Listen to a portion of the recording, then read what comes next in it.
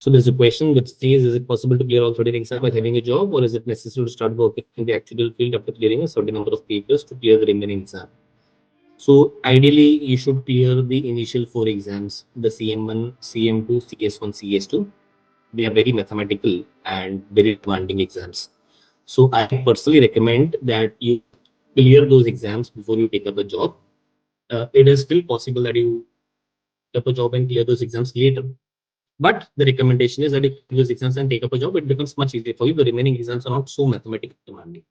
They are mostly case studies and application based exam. The initial four exams are very math and statistics heavy, which requires a lot of time, and you need to study those, and the working hours may make it problematic for you.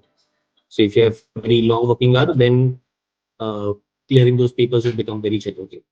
So I recommended that you clear a few exams, at least the first four maths exams, and then you take up a job. CB1, CB2, CB3 will not get you any job. To answer the question that is in the chat box, which is, if I clear CB1, CB2, CB3, am I eligible for the best sample job? CB1, CB2, CB3 are non-technical papers. They are just a basic understanding that an actor needs to have apart from numbers, which is business finance, business economics, and business management. So they don't even count this as the relevant papers when taking a eligibility for a job. If you're applying for an investment banking job, which is very less in numbers, but even investment banking, you would require CM2 and CM1 along with it.